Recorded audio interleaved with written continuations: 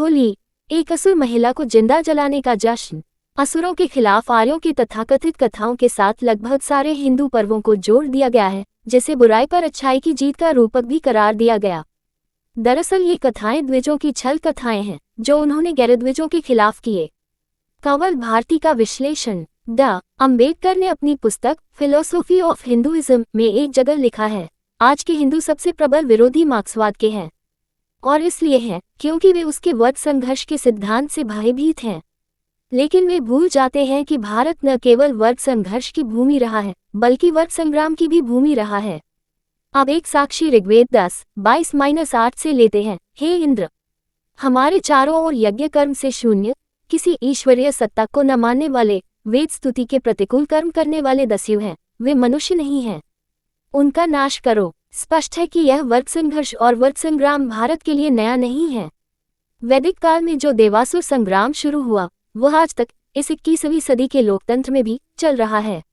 देवों ने न केवल अपने विरोधी असुरों को मारा, बल्कि उसे उन्होंने अपने धर्म की जीत भी घोषित किया और व्यापक स्तर पर उसका जश्न मनाया। लगभग सभी हिंदू त्योहारों की बुनियाद में यही देवासुर संग्राम है, चाहे वह दुर्गा पूजा हो, दशहरा हो, दिवाली हो या होली हो। ये सारे त्योहार असुरों की मौत पर देवों अर्थात ब्राह्मणों के जश्न हैं। ब्राह्मणों ने अपने विरुद्ध चलने वाली विचारधारा को पसंद नहीं किया। भारत के जनजातीय क्षेत्रों में ब्राह्मणों ने अपना ब्राह्मण राज्य कायम करने की हर संभव कोशिश की। इस योजना में वे सबसे पहले अपने धर्मगुरुओं को वहां भेजते थे, जो वहां अपने आश्रम बनाकर यज्ञादि की गतिविधियों आरंभ करते थे। उनका जो विरोध करते, उनको वे मरवा देते थे। कुछ जनजातीय लोगों को वे प्रलोभन देकर मिशन से भी जोड़ लेते थे। ऐसा वे आज भी करते हैं।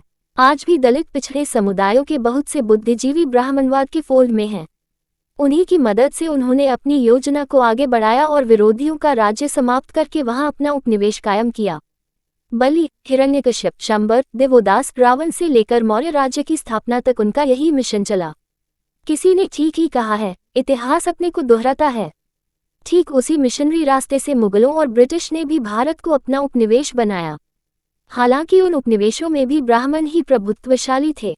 आज जिस तरह हिंदू राष्ट्रवादी वर्ग ने अपनी विद्यार्थी परिषद के द्वारा देशभर के शिक्षण संस्थानों में दलित वाम शक्ति के खिलाफ वर्गयुद्ध छेड़ा हुआ है, ठीक वैसा ही वर्गयुद्ध हमें पुराणों में असुर राजाओं और उनकी संस्थाओं के खिलाफ मिलता है।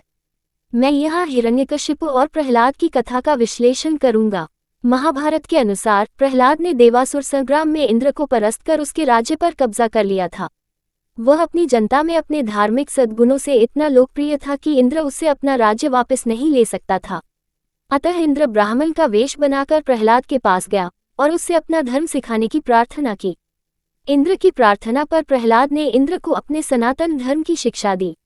अपने शिष्य से प्रसन्न होकर प्रहलाद ने इंद्र से वरदान मांगने को कहा और ब्राह्मण वेश बनाए हुए इंद्र ने कहा, मेरी इच्छा तुम्हारे सद्गुण पाने की है। इंद्र प्रहलाद का गुण और धर्म अपने साथ लेकर चला गया और प्रहलाद के धर्म पर चलकर इंद्र ने उसकी सारी कीर्ति खत्म कर दी। देव विरोधी असुरों के साथ ब्राह्मण छल की यह कोई पहली घटना नहीं है। हिंदू कथाओं में, जिसे वे इतिहास कहते हैं, ब्राह्मणों के छल की ऐसी अनेक कहानियां हैं। यही छल एकलव्य के साथ किया गया था, जिसका अंगूठा मानकर गुरु द्रोणाचार्य ने उसको विद्या रहित कर दिया था। ठीक उसी तरह प्रहलाद से उसका धर्म लेकर उसका सर्वस्व ले लिया गया था। प्रहलाद ने जिस सनातन धर्म की शिक्षा दी थी, वह वैदिक वर्ण व्यवस्था वाला धर्म नहीं था, क्योंकि इंद्र उसे क्यों सीखता, जबकि वह उसी धर्म से आता था। दरअसल इंद्र ने प्रहलाद से देव विरोधी असुर धर्म को त्यागने का वरदान मांगा था। अपने धर्म को त्यागने के बाद प्रहलाद अपने समुदाय की नज़र में गिर गया था और इंद्र ने अपना खोया राज्य पुनः प्राप्त कर लिया था। ठीक यही तरीका हमें बलि की कहानी में मिलता है, जिसमें विष्णु ने बौने वामन का रूप धारण करके एक वरदान के जरिए उसका समस्त राज्य छीन लिया था। बलि राजा से जुड़े अनेक मिथकों से पता चलता है कि प्रहलाद ने, जो रिश्ते में बलि का दादा था, बलि को सावधान किया था कि यह बौना वामन असल में विष्णु है। एक अन्य कथा में प्रहलाद बहुत ही तीखे शब्दों में प्रतिवाद करता है कि विष्णु ने बौना बनकर उसके पोते बलि के साथ धोखा किया है और उसे लूटा है। देवी भागवत पुराण। एक और मिथक, जो एकलव्य से जुड़ा है, बताता है कि किस तरह स्वयं इंद्र ने बलि के पिता विरोचन से भी वरदान के जरिए उसका सिर मांग लिया था। इंद्र ने कहा था, मुझे अपना सिर दे दो, और विरोचन ने तुरंत अपना सिर काटकर इंद्र को सौंप दिया था। स्कंद पुराण। मिथक इतिहास नहीं है, ये सच है। पर उनमें भारत के मूल निवासी असुरों के साथ हुए वर्गयुद्धों और उस युद्ध में शहीद हुए असुर राजाओं की नृशंस हत्याओं का पूरा राजनीति शास्त्र है। कोई भी व्यक्ति न अपने हाथ से अपना अंगूठा काटकर किसी को देगा और न अपना सिर काट कर देगा। किसी का भी अपने हाथ से अपना सिर काटना और फिर उस कटे सिर को अपने ही हाथ में लेकर दूसरे को सौंपना, ये दोनों ही बातें अविश्वसनीय है। हकीकत में एकलव्य का जबरन अंगूठा काटा गया था और विरोचन की हत्या की गई थी। आज भी धर्म के लिए की गई हत्याओं को मिथकीय रंग दे दिया जाता है। पुराणों ने भी यही काम किया था, पर उसने एक कदम आगे बढ़कर देव विरोधी असुरों को जनता का खलनायक बनाने का भी काम किया। प्रहलाद के पिता हिरण्यकशिपु की हत्या तो और भी बड़ी क्रूरता है। उसे उसी के महल में घुसकर नरसिंह ने मारा था। ऐसा प्रतीत होता है कि इस असुर राजा का पूरा वंश ही ब्राह्मणों के निशाने पर था और उसका बीजनाश करके ही उन्होंने दम लिया था। इसकी जो मिथकीय कथा विष्णु पुराण और भागवत पुराण में मिलती, उसके अनुसार देव विरोधी हिरण्यकशिपु को ब्रह्मा से यह वरदान मिला हुआ था कि वह न मनुष्य के द्वारा, न देवताओं के द्वारा, न पशु के द्वारा, न भीतर, न बाहर, न दिन में, न रात में, न पृथ्वी पर, न आकाश में, न शस्त्र से, न अस्त्र से मारा जाएगा। अपनी मृत्यु से निश्चिंत होकर उसने पृथ्वी और स्वर्ग में उत्पात मचाना शुरू कर दिया। किंतु उसका पुत्र प्रहलाद विष्णु का भक्त था, सो हिरण्यकशिपु ने प्रहलाद को मारने की धमकी दी, जो विष्णु को सर्वव्यापी ईश्वर मानने पर जोर देता था। तब हिरण्यकशिपु ने एक खंबे में लात मारकर पूछा, क्या वह इसमें भी है? अचानक उसी समय खंबा फाड़कर शेर जैसा मनुष्य नरसिंह प्रकट हुआ और उसने हिरण्यकशिपु को अपने घुटनों पर रखकर अपने लंबे नाखूनों से फाड़कर मार डाला। उसके बाद विष्णु भक्त प्रहलाद असुरों का राजा बना और अपनी देवविरोधी प्रकृति को त्याग कर देवों के प्रति समर्पित हो गया। ये बहुत ही सामान्य कहानी है जो अनेक असुरों पर दोहराई गई है। महाभारत में वर्णित इंद्र और असुर वृत्र अथवा नमुची की कहानी भी इसी तरह की है, जिसे गोधूली न दिन और रात में समुद्र के किनारे, न भूमि और न समुद्र मारा गया था। रावण और महेश की हत्याओं की कहानी भी कुछ इसी तरह की है। इस कहानी में प्रकृति को ही चुनौती दी गई है। सभी वस्तुएं और जीव जंतु मरणशील हैं, कोई भी अमर नहीं है। इस पौराणिक कहानी में इसी प्रकृति का खंडन किया गया है। यह माया हिंदू धर्म में ही है कि देवता मनुष्यों को अमर होने का वरदान देते हैं, पर इसके बावजूद कोई अमर नहीं रहता है। दूसरी बात यह विचारणीय है कि जो प्रहलाद राजा बलि को चेता रहा है, वह खुद विष्णु भक्त कैसे हो सकता है। तीसरी बात ये कि अगर प्रहलाद इतना परम विष्णु भक्त था कि उसके लिए वह खंबा फाड़कर नरसिंह के रूप में प्रकट हुए, तो उसने अपने पिता को बचाने को क्यों नहीं कहा? उसने अपने पिता की हत्या कैसे बर्दाश्त कर ली? ये कहानी यह साबित करने की कोशिश है कि प्रहलाद ने अपनी ब्राह्मण भक्ति में अपने असुर धर्म, अपनी असुर संस्कृति और अपने पिता तक को कुर्बान कर दिया। हकीकत यह है कि हिरण्यकशिपु ने बलि और विरोचन की तरह ब्राह्मणों के आगे घुटने नहीं टेके थे और उसने अंत तक असुरों के हित में संघर्ष और युद्ध किया था। जब उसके पुत्र प्रहलाद को ब्राह्मणों ने राज्य का लालच देकर अपने ब्राह्मण राष्ट्रवाद में शामिल कर लिया था, तो भी हिरण्यकशिपु ने हथियार नहीं डाले थे। किंतु यही विष्णु भक्ति प्रहलाद के भी पतन का कारण बनी थी। ब्राह्मण भक्ति की जो भूमिका विभीषण ने निभाई थी, वही प्रहलाद ने निभाई थी।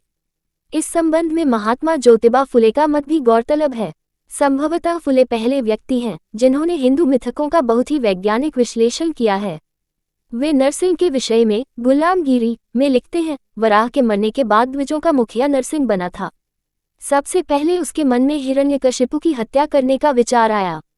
उसने यह अच्छी तरह समझ लिया था कि उसको मारे बगैर उसका उसे मिलने वाला नहीं था। उसने अपने एक द्विज शिक्षक के माध्यम से हिरण्यकशिपु के पुत्र प्रहलाद के अबोध मन पर अपना धर्म सिद्धांत थोपना शुरू किया। इसकी वजह से प्रहलाद ने अपने हर हर नाम के कुलस्वामी की पूजा करनी बंद कर दी। प्रहलाद पर द्विज रंग ऐसा चढ़ा कि हिरण्यकशिपु की उसे समझाने की सारी कोशिशें बेकार गईं। तब नरसिंह ने प्रहलाद को अपने पिता की हत्या करने को उकसाया, पर ऐसा करने की प्रहलाद की हिम्मत नहीं हुई। अंत में नरसिंह ने अपने शरीर को रंगवाकर मुंह में नकली शेर का मुखौटा लगाकर अपने शरीर को साड़ी से ढककर प्रहलाद की मदद से हिरण्यकशिपु के महल में एक खंबे की आड़ में छिपकर खड़ा हो गया। और जब हिरण्यकशिपु आराम के लिए पलंग पर लेटा, तो शेर बना नरसिंह उस पर टूट पड़ा और बखनखा से उसका पेट फाड़कर उसकी हत्या कर दी। महात्मा फुले ने यह भी लिखा है कि हिरण्यकशिपु की हत्या के बाद नरसिंह सभी द्विजों को साथ लेकर अपने मुल्क भाग गया। जब क्षत्रियों को पता चला तो वे आर्यों को द्विज कहना छोड़कर विप्रिय, अप्रिय, धोखेबाज, दुष्ट कहना शुरू कर दिया। बाद में इसी विप्रिय शब्द से उनका नाम विप्र पड़ा। हिरण्यकशिपु के प्रकरण में अभी होलिका का प्रवेश होना बाकी है। यह शायद किंवदंती है जिसमें कहा जाता है कि हिरण्यकशिपु की बहन होलिका को अग्नि से बचने का वरदान प्राप्त था। उसको वरदान में एक ऐसी चादर मिली हुई थी जो आग में नहीं जलती थी। हिरण्यकशिपु ने अपनी इसी बहन की सहायता से प्रहलाद को मारने की योजना बनाई। होलिका प्रहलाद को अपनी गोद में लेकर धू धू करती आग में जा बैठी, किंतु विष्णु की कृपा से प्रहलाद को कुछ भी नहीं हुआ और होलिका जलकर भस्म हो गई। कहते हैं कि तभी से होली का त्योहार मनाया जाने लगा। क्या इस कहानी पर यकीन किया जा सकता है? वास्तव में इसकी अंतर्कथा यह है कि हिरण्यकशिपु की हत्या के बाद उसकी बहन ने देवों के खिलाफ मोर्चा खोल दिया था और प्रहलाद को भी उसने चेताया था कि ब्राह्मण राष्ट्रवाद समस्त असुर संस्कृति के विनाश का दर्शन है। वह देवों और ब्राह्मणों के रास्ते की अंतिम बाधा थी, जिसे हटाकर ही वे प्रहलाद के मुखौटे से ब्राह्मण राज्य कायम कर सकते थे। अतः एक दिन अवसर पाकर लाठी डंडों से लैस ब्राह्मणों ने होलिका को जिंदा जलाकर मार डाला। उसकी मौत पर ढोल नगाड़े बजाए गए। आज उसी तर्ज पर हिंदू हर वर्ष होलिका के रूप में होली जलाकर ब्राह्मणवाद की विजय का जश्न मनाते हैं। आज लाठी डंडों की जगह उनके हाथों में गन्ने होते हैं, पर ढोल डीजे का शोर तो होता ही है। सूचना सिर्फ मान्यताओं और जानकारियों पर आधारित है। यहाँ ये बताना जरूरी है कि यह मेरा वीडियो किसी भी तरह की मान्यता, जानकारी की पुष्टि नहीं करता है। किसी भी जानकारी या मान्यता को अमल में लाने से पहले संबंधित विशेषज्ञ से सलाह लें।